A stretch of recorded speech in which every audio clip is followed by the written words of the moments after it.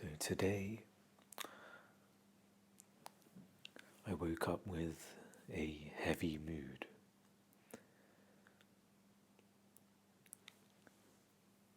and I find these things quite hard to describe, and I'm sure for those of you listening who also suffer with low moods or any sort of mood disorders such as depression, it can often be difficult to convey how it feels in that moment.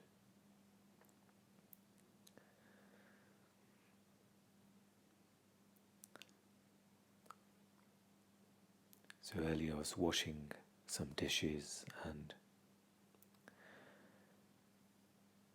I immediately became aware of myself identifying with the low mood, identifying with the thoughts that are arising from that and the feelings as well. And as soon as I became aware of what my mind was doing, which was, commentating on how I was feeling, and also forming conclusions as well. The mind is very good at filling in gaps, and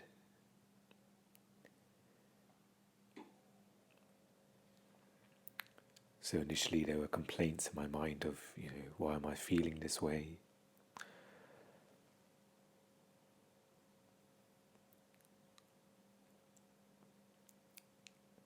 There was thoughts about how I have underachieved in this life. The mind was, was probably saying, oh, maybe it's because of that.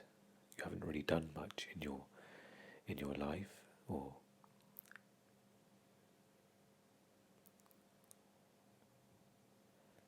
and then it started to conclude about the future, that it's always going to be this way, and what's the point in trying? That's another one. What's the point in trying? You're just going to end up back here in this dark place again. So as I became aware of these thoughts and the emotions that were reflected in the body from these thoughts, so the heaviness increased. There was other sensations as well. I just remembered just to become alert to my attention. What is my attention doing? Initially, I tried to almost talk back to the thoughts, or try to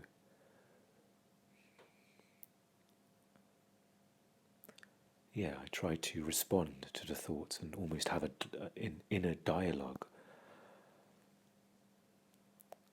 And often this doesn't work. At best, there's a temporary relief, in my experience. But other times the emotions become even deeper. There's even more darkness there. There's almost a confirmation after going through this dialogue, and yes, this is what my life is. So in this one moment, you've concluded, you've almost put a label on the whole of your life. This is how it's going to be. And it's believed as well, because when you are in the mind, when you are solely identified with only the mind, then everything it comes up with seems as fact. Okay, this is true. And so in the alert state, it wasn't about ignoring the thoughts or pushing the thoughts away. It was just seeing the thoughts as they were, not not dialing into the thoughts and making conclusions, and not letting the thoughts obscure the awareness. Because that's when the suffering emerges, when it covers up that still space. When that is covered up, then thoughts are believed. That's the only reality that exists for you, is just you and the thoughts.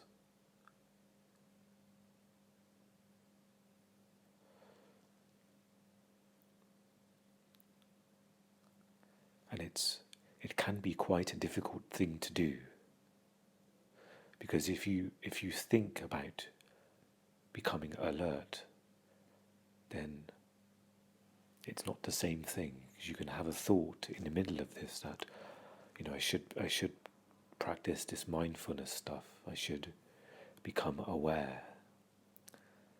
I should become alert to how I'm feeling. Then the mind will have a response to that, saying, that's not going to help you, and you're back in the dialogue again. But with the action of stepping out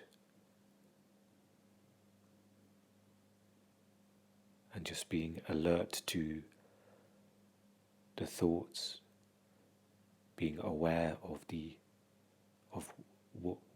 feeling, of the emotions there. So in that moment I was just aware of how heavy my mood was, and almost immediately the thoughts, the narration began to subside. It's almost catching somebody in the act, and suddenly they've got nowhere to hide anymore. When we are identified with the mind, it can hide in plain sight. The veil is already over you, and it's aware of that, and it can go along with the narration, with the conclusions about your life. But the moment alertness is there, it's almost like a spotlight. Suddenly, you're aware that, there's some thoughts here. Some space opens up between the thoughts, or around the thoughts. And it may be ever so subtle, but it's there. In that moment, for me, it was very subtle. And I was almost on the borderline of going back into my thoughts. They were dragging me back into that mental noise.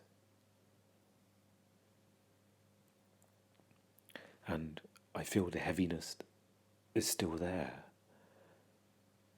And without this alertness, I'd be back in thoughts again, thinking, why should I bother getting through another day? Why should I put in the effort of trying to cope, trying to take care of myself? It's no good. And the mindfulness the mind is skillful in compounding the pain. The more thoughts arise, the more unhealthy emotions arise, and the pain from that, and it's almost like it's snowballing. But with the simple step of just stepping out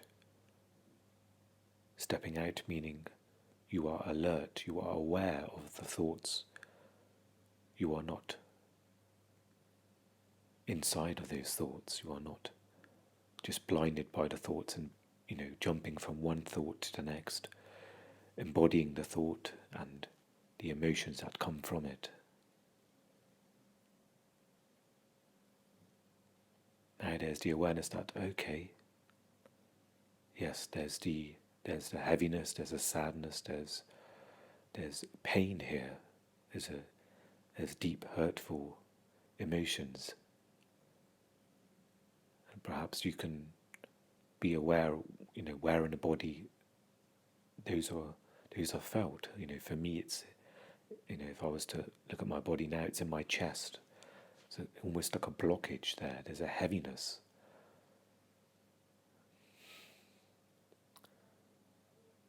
And the moment of awareness, you have, you've almost turned the tap off of any more pain that's coming. You're no longer adding to it any longer in the awareness. The pain is still there, and it will take its course, but you are no longer adding to it. You are no longer prolonging this painful episode.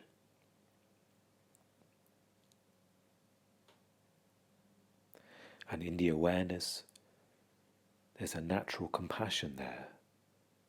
And it's not a personal compassion, there's no thought of, oh, poor me, I've been through so much in this life. There's just compassion for the pain.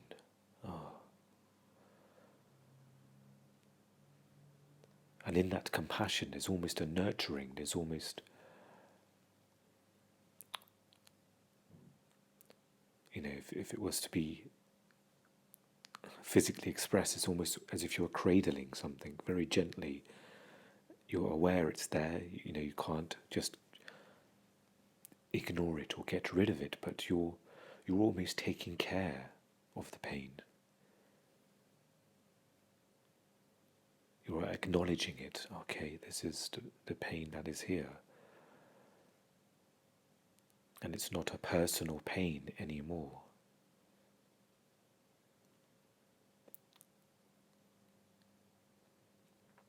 It's just simply human pain. Perhaps it's past conditioning, past events that have happened. We talk about,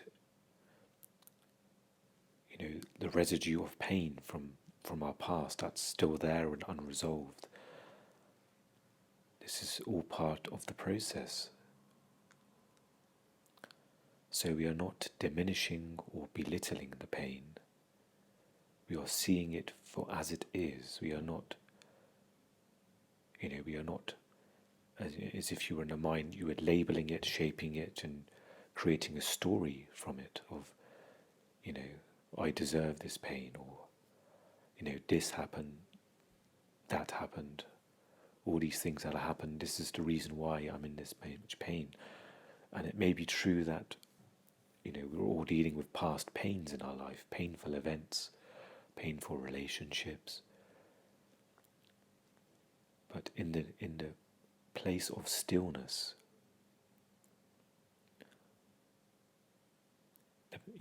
the awareness takes care of the pain on its own, just by bringing it into your present awareness.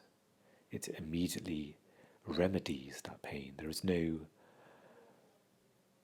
figuring things out.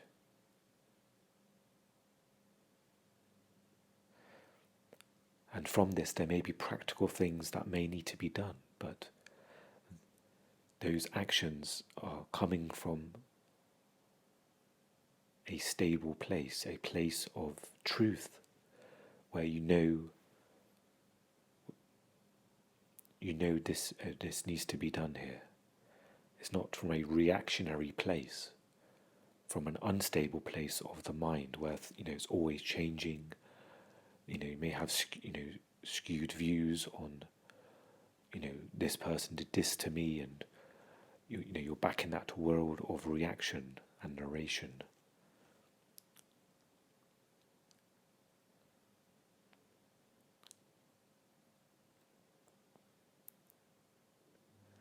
You're back in that place of importance that that person shouldn't have done that to me. I'm an important person. Or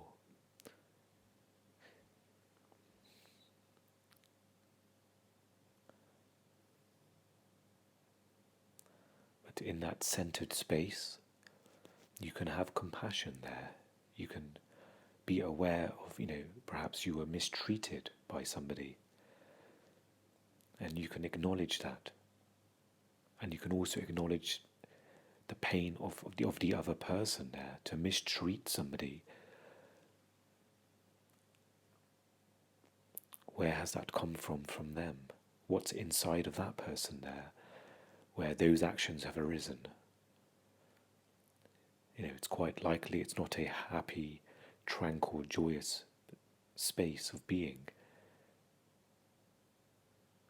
So you can even have compassion for the other person as well, because when it's not personal, you're just aware of the pain, and you can be aware of others' pain as well.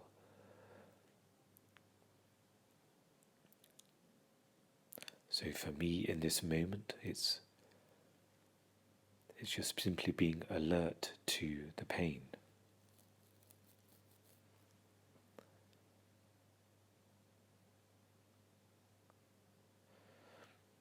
And from this place, you can ask yourself a question of, perhaps you can say, what can I do in this moment that will help, that will assist me?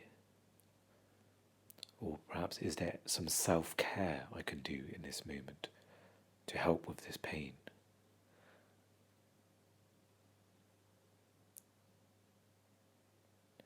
In the mind, there may be some very acute reactions when, a painful, emotional pain comes up. Immediately there may be a reaction to perhaps, to eat certain types of foods, or, there'll be actions that are done in a reactionary way, where later, there may be regret, or there may be, why did I do that?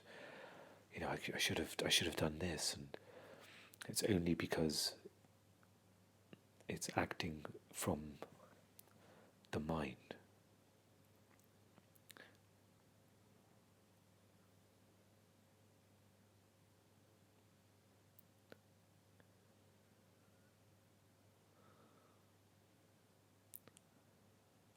So today I was planning to go for a walk and to get a few groceries,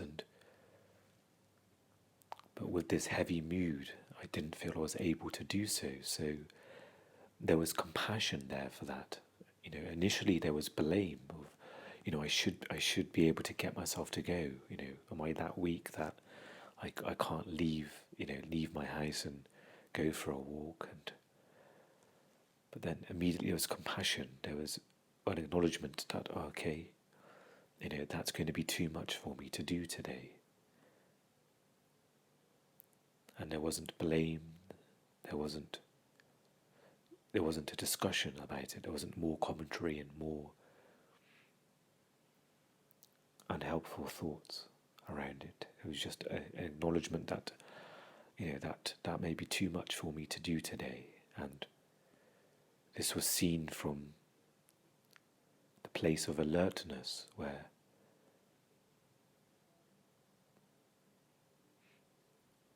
there's no adding to what already is.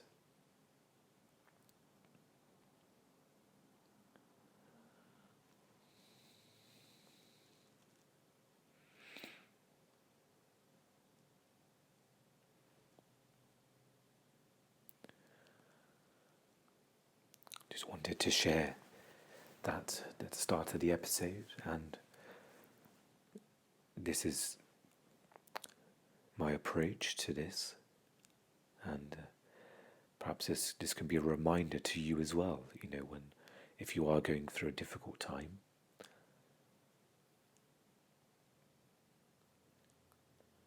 Just some very simple pointers.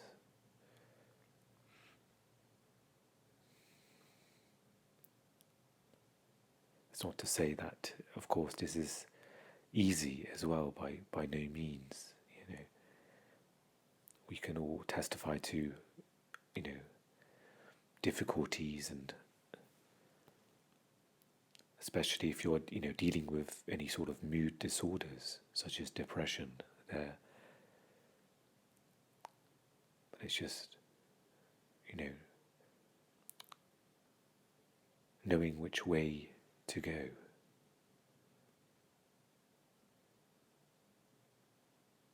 It's even simpler than that. It's just, Just the word alertness is almost enough on its own.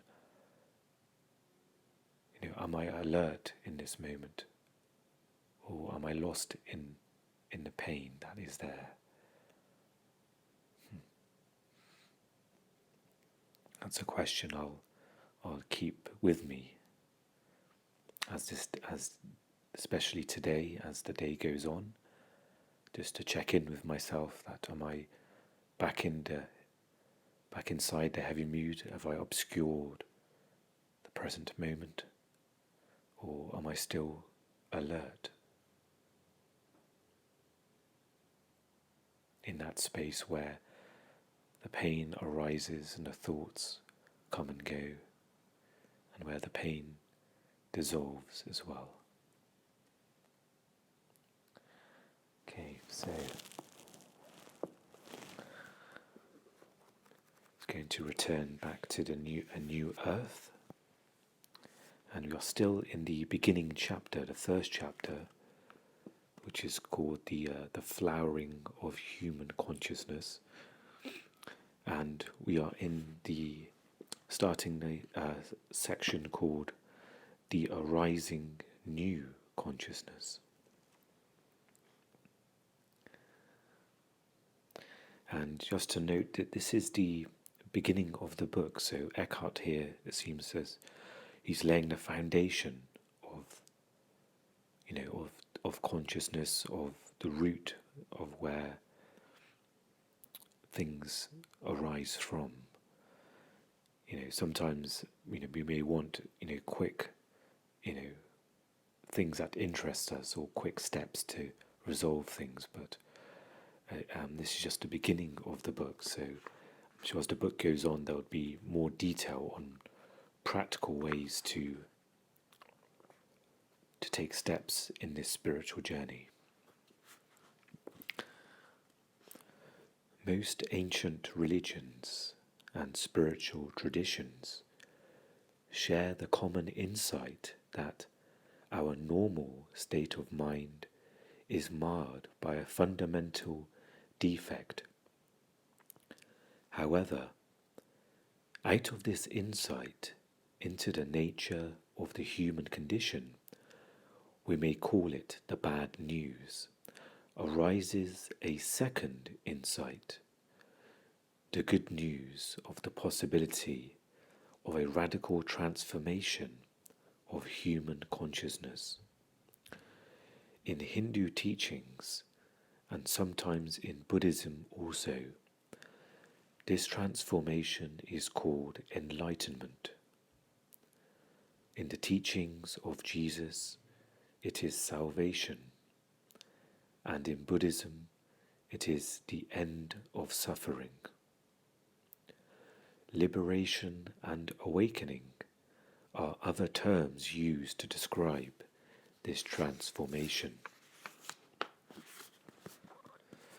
The greatest achievement of humanity is not its works of art, science, or technology, but the recognition of its own dysfunction, its own madness.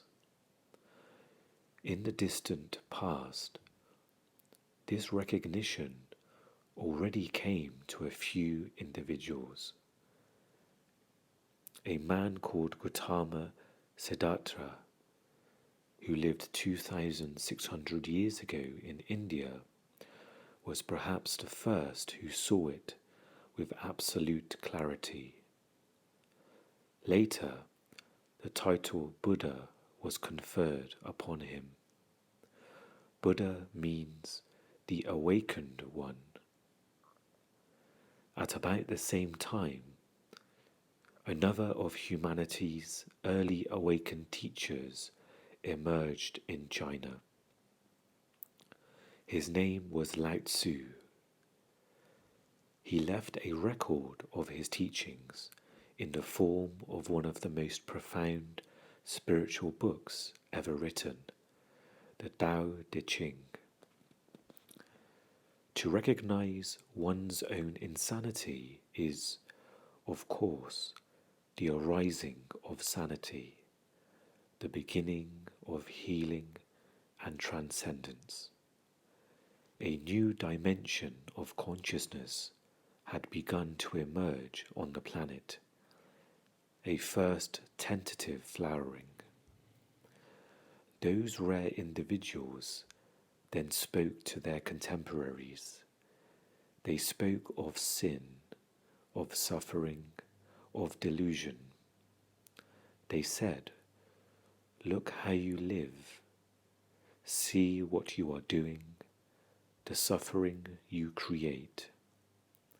They then pointed to the possibility of awakening from the collective nightmare of normal human existence.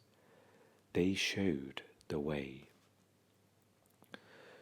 The world was not yet ready for them, and yet they were a vital and necessary part of human awakening.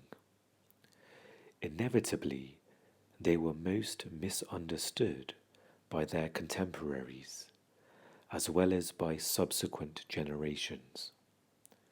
Their teachings, although both simple and powerful, became distorted and misinterpreted, in some cases, even as they were recorded in written by their disciples.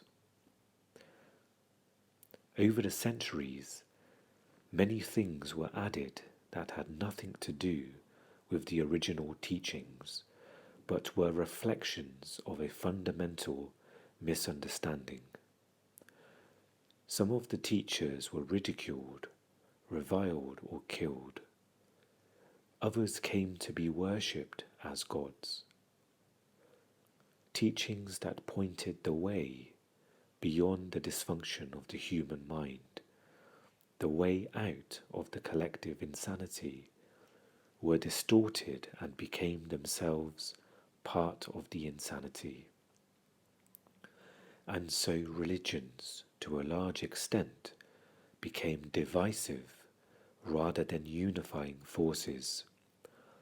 Instead of bringing about an ending of violence and hatred through a realization of the fundamental oneness of all life, they brought more violence and hatred, more divisions between people as well, between different religions and even within the same religion.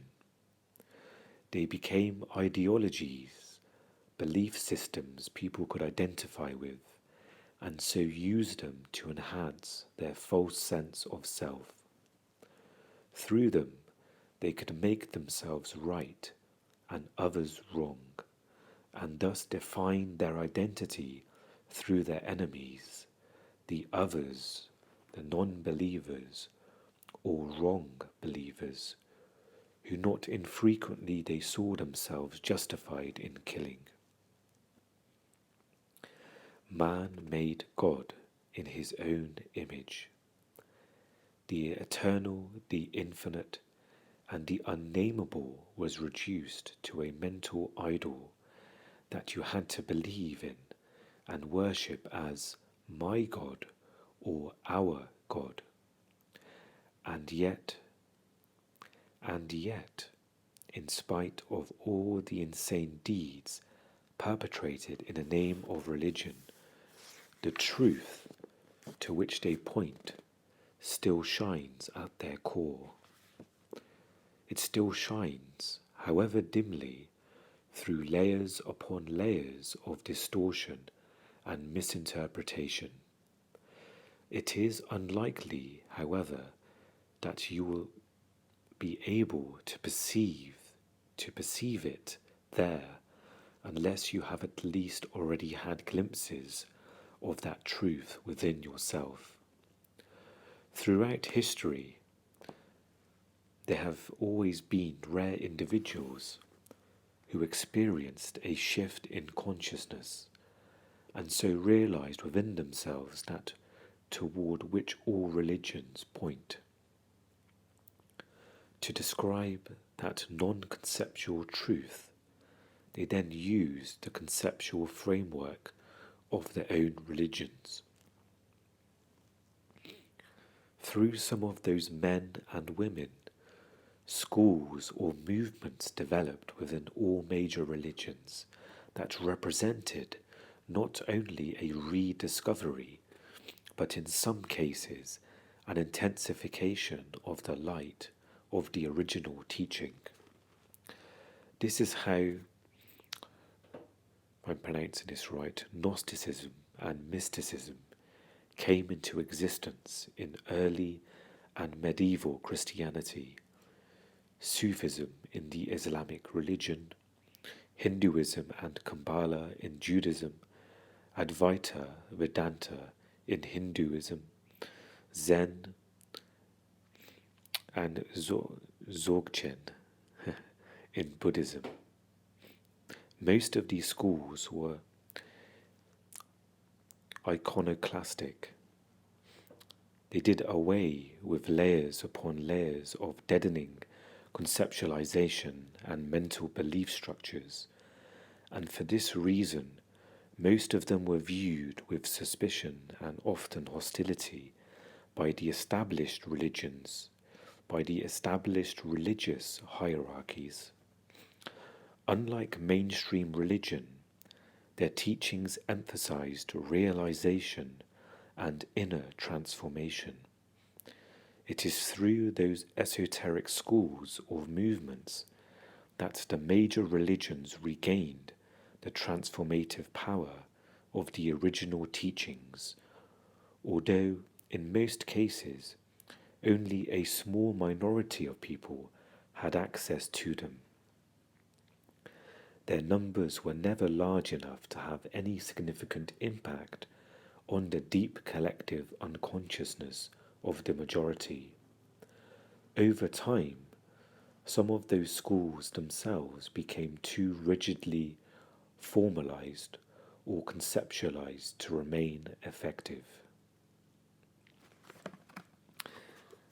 Okay, that's the end of that section there, and I think I'm going to pause it here as I feel quite tired, and I think because of my low mood today, I feel that's enough.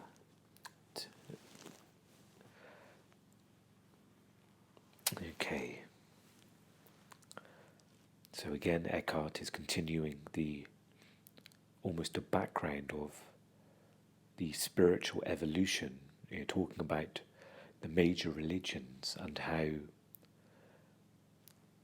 there's been misinterpretations or other people adding their own beliefs or writings or contributions, where things, the essence of that religion when it begun has been, a lot of it has been covered up by this, and from this other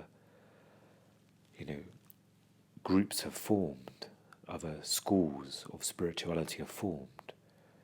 He mentioned the Advaita Vedanta, he mentioned Zen, among others, where they've come to to try and return back to the essence of the teachings of that particular religion.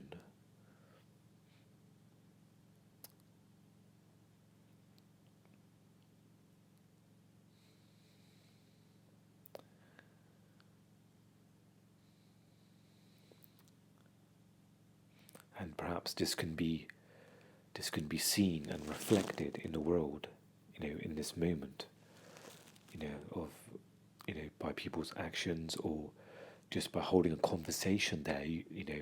Are they, do they see the truthfulness of the present moment, of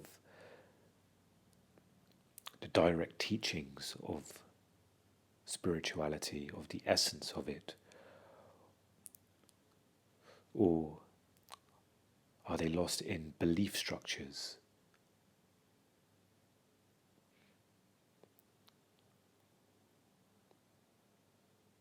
Or are they lost in just the identification of being in a certain religion? Quite often, that identity for individuals is seen as enough. That I'm this member of this religion, and everything else is almost taken care of there because of that statement. But there isn't any action going deeper within the self-discovery. So Eckhart is saying a lot of that is not accessible,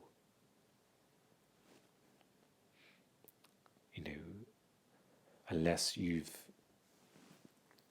felt some of the truth within yourself already. And this is why the other schools of teaching, such as Zen in Buddhism, have arisen, where there's been very simple and direct teachings of truth. Okay, thank you for joining me for this episode. As always, I wish you well in this moment, and I will speak to you again very soon. Take care.